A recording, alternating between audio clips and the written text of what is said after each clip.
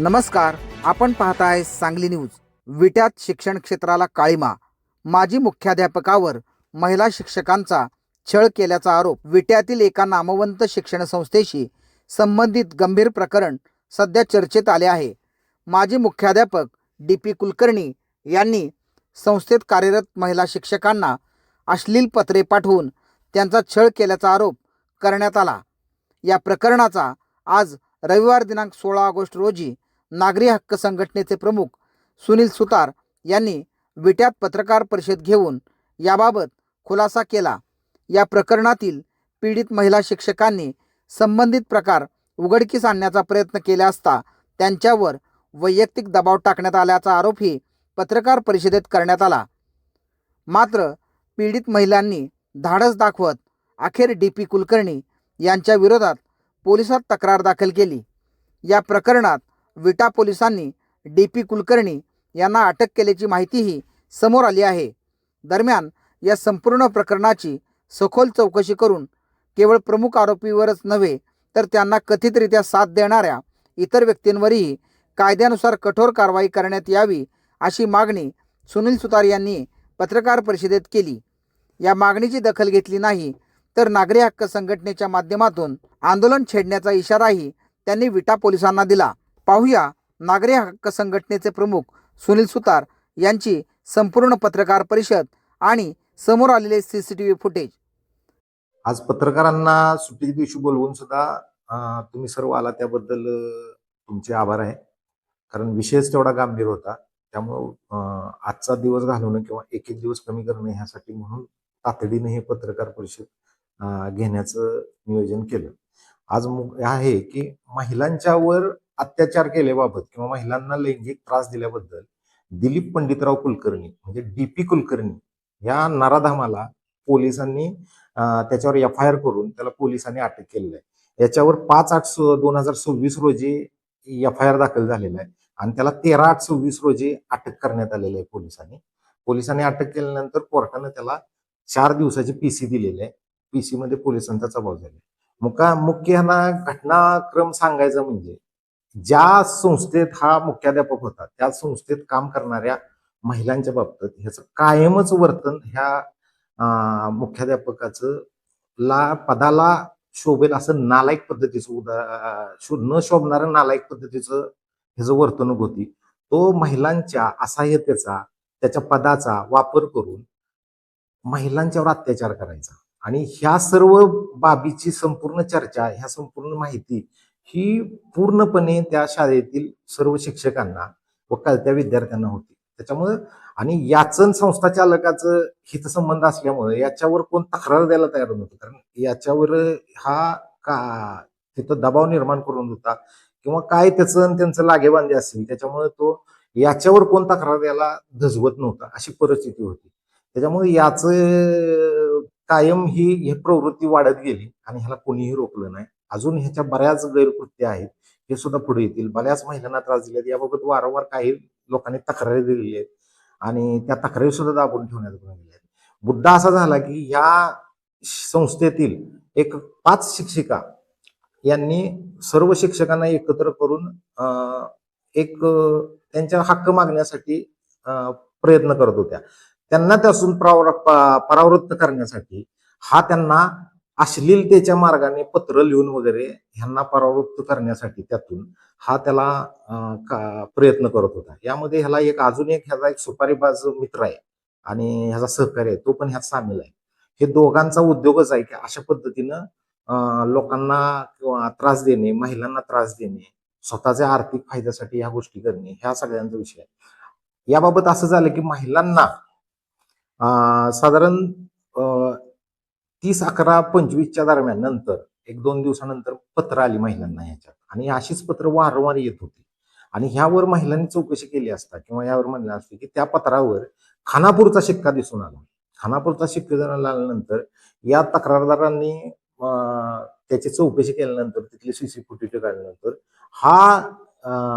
दिलीप कुलकर्णी विरुद्ध डी.पी. कुलकर्णी तिथं त्या पोस्टाच्या पेटीत पत्र टाकतानाचा त्यावेळी त्या CCTV दिसून आल्यानंतर ह्या सर्व चौकशीत लक्षात आल्यानंतर ह्याच्या विरुद्ध महिला आयोगाकडे तक्रार केली महिला आयोगाकडे साधारण त्यांनी 30 जानेवारी 2026 रोजी पत्र केलं. महिला अधिकाऱ्यांना त्यानंतर हे प्रकरण शिक्षण अधिकारी जिल्हा परिषद यांना पाठवलं. त्यांनी तिथं सुद्धा ह्यानं आपल्या पदाचा आपल्या ताकदीचा वापर करून राजकीय वापर करून ते प्रकरण दाबलं. तिथं सुद्धा त्यांना कुठला न्याय मिळाला नाही.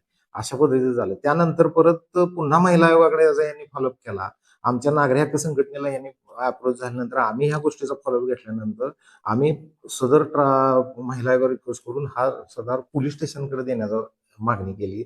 पोलीस स्टेशनला याचा ठराव आल्या तपास आल्यानंतर पोलिसांनी याची चौकशी केली.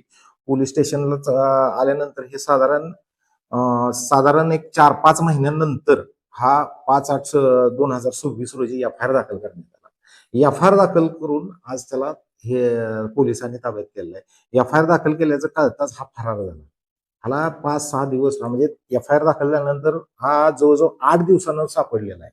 आणि या दरम्यानच्या काळात हा कुठं फिरत होता, काय होता याची चौकशी पोलीस करत आहेत आणि त्यांनी करून तो त्याला पकडला. परंतु आमची अशी मागणी आहे ह्याच्यामध्ये की माणूस हा एकटा नाही, याला साथीदार आहेत. ह्याच्याबरोबर एक सुपारी बहादर आहे आणि ह्याला मदत केली. म्हणजे हा फरार असताना हा कुठं फिरत होता, ह्याच्या संपर्कात कोण होतं, ह्याला कुणी लपवण्यासाठी मदत केली, याचा जर तपास झाला पाहिजे. तसंच हे जे पत्र त्यानं टाकली ही कुठल्या लॅपटॉपमध्ये तयार केली, ह्याला कोण तयार करून देत होतं, हा कसा स्वतः हा तयार करत होता, याचा प्रिंटर पाहिजे. या सगळ्या गोष्टीची खुलासा पोलिसांनी केला पाहिजे. आणि हे पोलीस आता प्रकरण याचा चौकशीचे होताना जरा याच्यावर दबाव निर्माण झाल्याचा प्रकार दिसत आहे आम्हाला.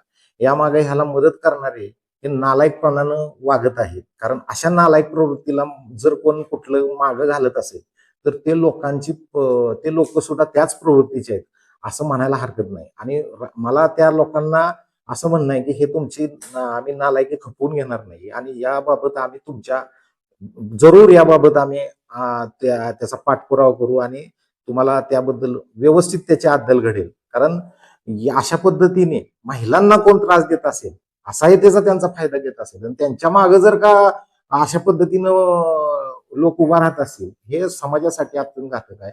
तुमचं आमचं पत्रकारांचं सगळ्यांचं कर्तव्य आहे की सगळ्यांनी त्याच्या मागे उभं राहिलं पाहिजे, सगळ्यांनी त्याला ताकद दिली पाहिजे.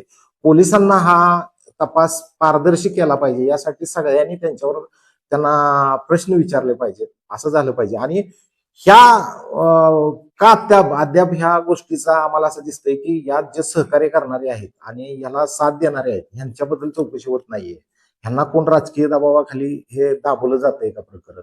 तर याबाबत आमची पोलिसांना मागणी आहे की तुम्ही ह्याचा सखोल आणि व्यवस्थित करा, तपास करा. जे ह्यात सामील आहेत ह्याला साथ देणार आहेत ह्यांच्यावर तुम्ही तातडीनं कारवाई करा आणि अन्यथा आम्हाला या विरुद्ध आंदोलनाला बसावे लागेल. हे आज आम्ही या पत्रकार परिषदेद्वारे सगळ्यांना सांगत आहेत. याचे सर्व सबळ पुरावे आज आमच्याकडे आहेत. ते सगळे तुम्हाला मी पत्रकारांना देणार आहे. माझ्याकडे जेवढे पुरावे आहेत ते सगळे देणार आहेत. आणि या महिलांना न्याय मिळवण्याकरता आपण पण सगळ्यांनी आम्हाला साथ द्यावी आपल्याला विनंती. पत्रात नेमकं काय म्हटलं? पत्रात त्या महिलांचं अश्लीलतेबद्दल बोललेलं आहे. पत्रात त्यांना लज्जा उत्पन्न व्हावी अशा पद्धतीचं आहे जे सांगू शकत नाही आणि हे त्यांच्या घरात जावं या हिशोबाने त्यांच्या पत्त्यावर पाठवलेले आहेत, ह्यांना केलेले आहेत. म्हणजे ही नवीन पद्धत आहे. आता हे म्हणजे एखाद्याला हे करण्याचं हॅरेसमेंट करण्याची एक पद्धत आहे आणि ह्या शिकलेल्या सुटलेल्या ह्या मुख्याध्यापक असणाऱ्या माणसानं करणं म्हणजे हा नालायकपणाचा फार मोठा कळस आहे.